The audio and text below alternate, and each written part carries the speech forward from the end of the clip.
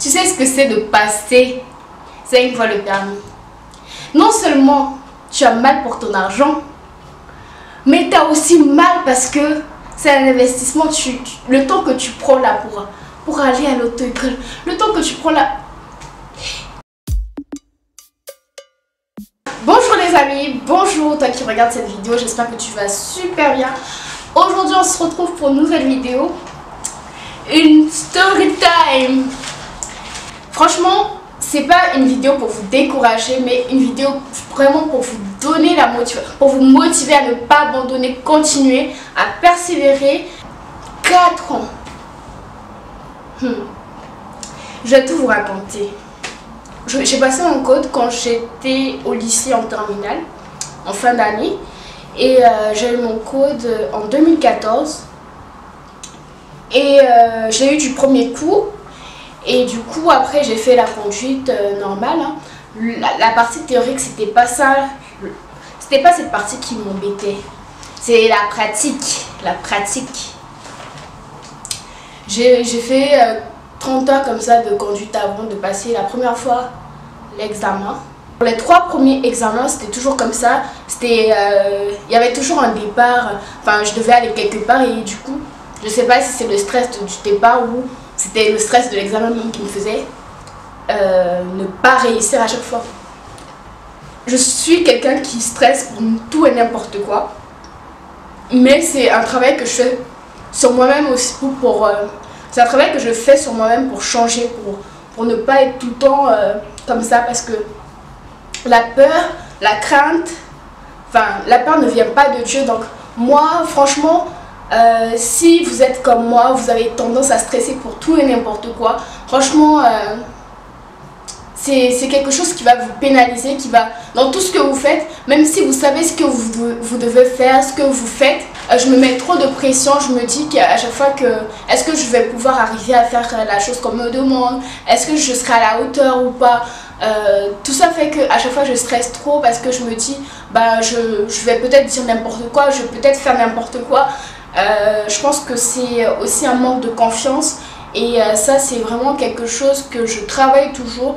Je demande à Dieu de m'aider à vraiment changer, de lui faire confiance, de ne pas compter sur mes propres forces mais compter sur lui. Et du coup, pour revenir aux fois où j'ai passé les examens là, où je les ai ratés. Donc la première fois j'ai toujours mes feuilles, les 5 hein, les autres je les ai pas imprimées parce que franchement c'est abusé quand même. Et du coup la première fois quand j'ai passé le permis, je me sentais pas prête. C'est parce qu'il fallait que je parte, donc c'était une conduite accélérée. Et du coup, j'avais très mal appris les bases et tout. Et par exemple, la première fois que j'ai passé le permis, j'ai fait 3 erreurs éliminatoires. Donc c'est vraiment que ça prouvait que j'étais pas au top. Et voilà. J'arrivais pas à détecter les priorités à droite, ce genre de trucs. Je faisais pas assez de contrôle. La première fois que j'ai été éliminée à l'examen du permis de conduire, c'était pour prendre l'information, appliquer la réglementation et maintenir l'espace de... Non, et partager la chaussée. Et souvent aussi la question qui revient, est-ce que tu as eu ton permis, est-ce que tu vas passer? Enfin, c'est des questions qu'on n'a pas envie d'entendre, on n'a pas envie qu'on nous demande comment ça se passe, parce que dès qu'on a des échecs, tu vois, dès qu'on sait qu'on n'a pas réussi, ça devient embarrassant d'en parler, c'est un sujet un peu tabou quoi. Et franchement, moi ça me mettait mal à l'aise, j'avais pas envie d'en parler.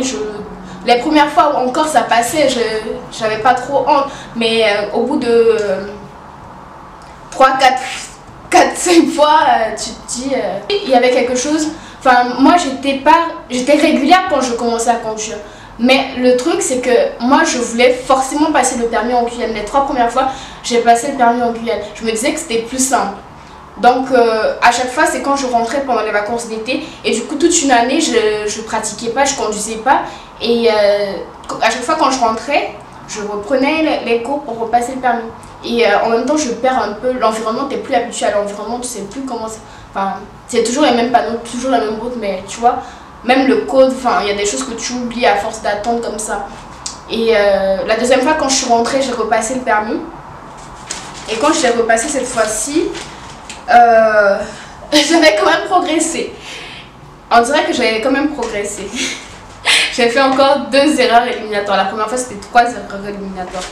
Cette fois-ci, c'était encore la prise d'information et appliquer la réglementation. Donc, ça veut dire que les bases du code, c'était... j'arrivais pas à mettre en pratique le code. J'arrivais pas à faire les deux en même temps, en fait. Enfin, je conduisais, mais j'étais concentrée dans la conduite et moi, je regardais... alors que la conduite, il faut tout le temps regarder loin pour anticiper et tout. La 3e fois, c'était... En fait, je n'ai pas précisé, mais c'était toujours le même examinateur. Quand j'étais en Ghana, c'était toujours le même. Soit j'avais pas de chance, soit c'était... voilà. Il m'a marqué refus de priorité au stop. Pourtant, je m'étais arrêtée, mais il manquait de visibilité. Du coup, voilà, je me suis arrêtée, mais après j'ai trop avancé parce que j'avais pas de visibilité. Et il y avait une voiture qui arrivait à droite. Et la voiture, je l'ai reculée, m'a dit non, c'est trop tard. Et la voiture à côté me faisait des appels de phare pour que je passe. Mais lui, en plus j'étais presque arrivée au départ d'examen, là où j'étais partie. Et franchement, j'étais dégoûtée. Et cette fois-ci, j'ai fait une seule faute éliminatoire. Je progressais. Avant cette dernière fois, j'avais pris quelques cours, 20 heures de cours ici en métropole pour ne pas perdre la main. Et quand je suis rentrée, je pensais que cette fois-ci ça allait passer quoi. Parce que j'avais quand même conduit ici et tout. Il m'a mis à appliquer la réglementation. C'était ça la faute éliminatoire.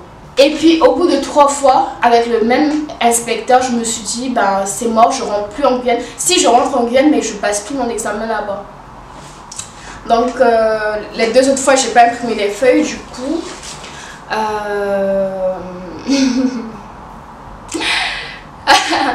Du coup, oui, voilà. Déjà, j'avais fait une auto-école en Guyane. Et arrivé ici, j'ai fait une autre auto-école pour me mettre à niveau et tout. Ensuite, cette auto-école était trop chère aussi. Et puis, j'ai dépensé pour les 20 heures là, presque 1000 € là-bas. C'était 900 et quelques euros. Et en tout, de tout ce que j'ai fait comme heure, c'est plus de 100 heures de conduite. Donc ça me fait plus de 4000 €. Un peu plus de 4000 €. Et ouais, j'ai fait 4 auto-écoles. Hein. Après, j'ai pris mon dossier là-bas parce que j'ai jamais passé le permis avec eux. Enfin, c'était pas... J'aimais pas les... Enfin, j'arrivais pas... C'était pas... Je sentais que cette auto-école, c'était pas là où j'allais progresser. Du coup, j'ai pris mon dossier. Et je me suis inscrite dans une autre... J'ai déménagé en même temps. J'étais à Reims quand je me suis inscrite. Enfin, quand je me suis inscrite à la première auto-école en métropole. Et après, j'ai déménagé, du coup, j'ai pris un appartement ailleurs. Et il y avait une auto-école tout près. Je suis partie là-bas quand j'ai su que j'avais encore raté pour une 3e fois le permis. Moi, j'ai bien aimé les moniteurs là-bas parce que je sentais que je progressais. Et puis à chaque fois, ils me disaient, mais... Enfin, quand je suis arrivée... En tout cas, cette fois-ci, dans cette auto-école, je voyais que je progressais. Et même les moniteurs me disaient, mais tu sais bien conduire, pourquoi tu stresses? Même avec eux, je stressais. Mais donc, pour l'examen, imaginez. Pour l'examen, imaginez comment c'était, quoi. Après, je suis passée à l'examen. Et quand je suis passée à l'examen, c'était... J'étais en train de tourner dans une intersection. C'était une intersection, j'étais en train de tourner. Et je pensais que j'allais toucher le trottoir. J'allais monter sur le trottoir. Et je me suis arrêtée. Du coup, j'ai gêné la voiture qui était derrière. Et c'était éliminatoire. J'ai repassé le permis. Pour la dernière fois. Et cette fois-ci, franchement, je pensais que ça allait passer. Parce que je savais que vraiment, c'était la dernière chance, quoi. Et j'étais trop stressée et tout. Je me disais, si je réussis pas... Seigneur, je priais tout. Je me disais, mais Seigneur, qu'est-ce qui ne va pas? Qu'est-ce que j'ai fait? Qu'est-ce que j'ai fait qui ne va pas? Qu'est-ce que je dois mettre en règle? Pourquoi ça ne fonctionne pas? Depuis des années, ça fait 4 ans que je traîne avec le même fardeau. J'ai tout déposé à tes pieds, pourtant, j'arrive pas à avancer. Qu'est-ce qui se passe? J'ai même fait la conduite supervisée. Franchement, je vous conseille de faire ça parce que ça vous économisera des sous. Vous conduisez jusqu'à ce que vous sentez que là, vous êtes autonome, vous arrivez, pour le permis, peu importe, vous maîtrisez la voiture. C'est ce qui m'a vraiment permis de maîtriser la voiture parce que prendre quelques heures en auto-école, ça suffit pas. La dernière fois que j'ai passé le permis, c'était la distance de sécurité sur autoroute.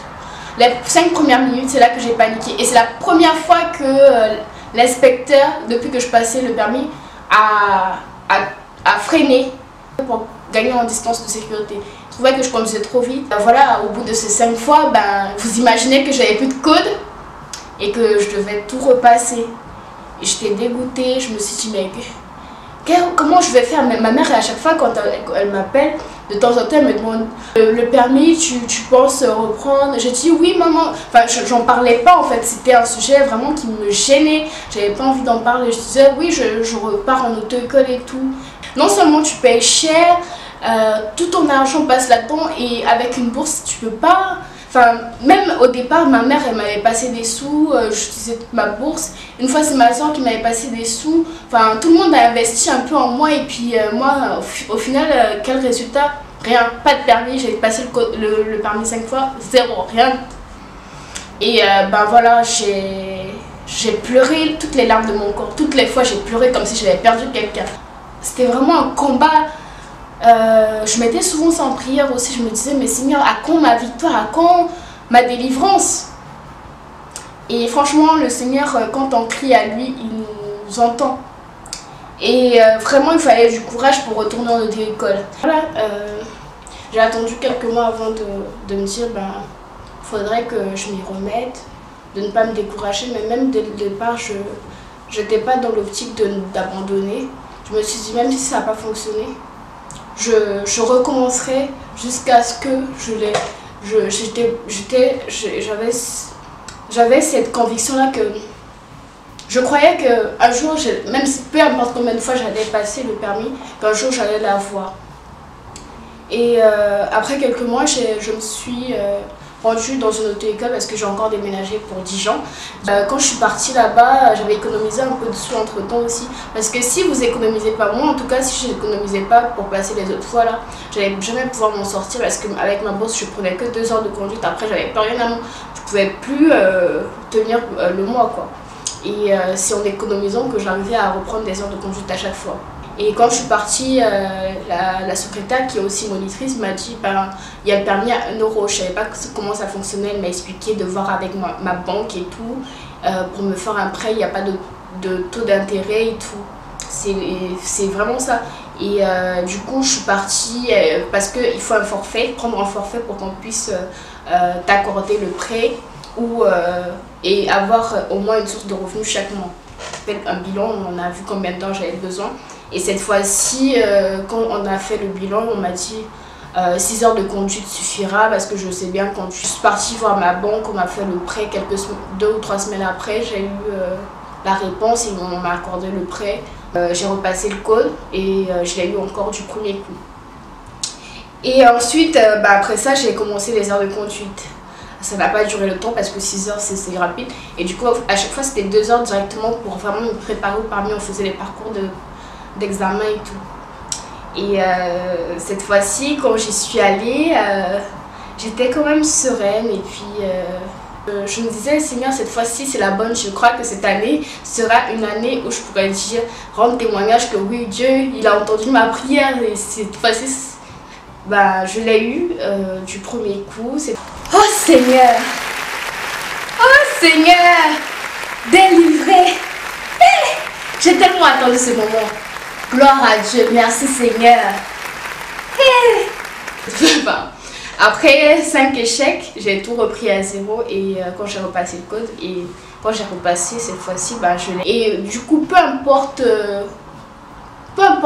par quel chemin vous passez, je veux dire, peu importe votre score, peu importe si vous repassez plusieurs fois, le plus important c'est de l'avoir. Vous pouvez dire que oui, j'ai persévéré et voilà, j'ai eu la victoire que j'attendais depuis longtemps. Et même quand je l'ai eu, j'étais contente en même temps. Je savais pas, tellement tu plantes que tu sèmes. Et après 4 ans de souffrance, de fardeau, Dieu il a entendu mes prières et franchement, aujourd'hui je rends gloire à Dieu. Si tu passes toi aussi dans une situation pareille, si toi tu l'as eu du premier coup, n'hésite pas à commenter, me dire comment ça s'est passé.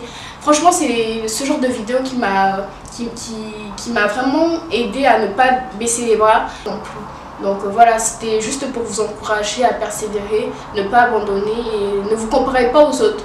Peu importe, chacun a ses capacités. Ne dis pas que l'autre est meilleur que toi.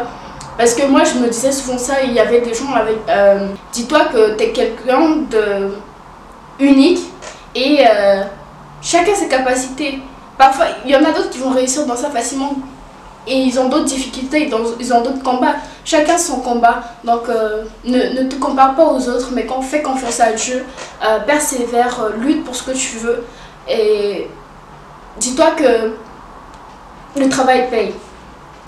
Donc j'espère que cette vidéo t'a plu. À très bientôt pour une nouvelle vidéo. Je te fais de gros bisous. Si tu n'es pas encore abonné, abonne-toi.